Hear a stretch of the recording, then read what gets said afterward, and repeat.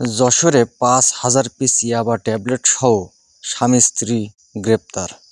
মাদকদ্রব্য নিয়ন্ত্রণ অধিদপ্তর যশোরের মাদকবিরোধী অভিযানে ৫,০০০ পিস ইয়াবা ট্যাবলেটসহ ২ জন স্বামী-স্ত্রী আসামি গ্রেপ্তার। নিয়মিত মামলা দায়ের।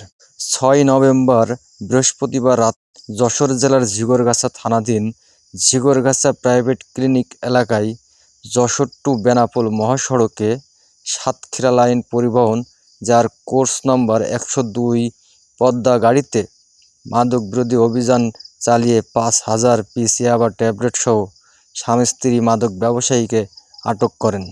আসামিরা হলেন কক্সবাজার জেলার মহেশখালী থানার কুতুবজম নয়াপাড়ার আব্দুল শুকুরের ছেলে মোহাম্মদ আলমগীর হোসেন ও তার স্ত্রী ময়না পাখি। আটক করেন ডিএনসি যশোর পুলিশ।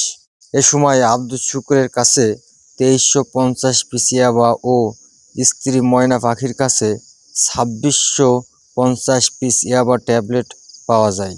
ডিএনসি যশোরের উপপরিদর্শক জনাব মদন মোহন সাহা বাদী হয়ে আসামি মোহাম্মদ আলমগীর ও তার স্ত্রী ময়না পাখির দ্বয়ের বিরুদ্ধে মাদকদ্রব্য নিয়ন্ত্রণ আইনে যশোর ঝিগরগাছা থানায় একটি নিয়মিত মামলা দায়ের করেন।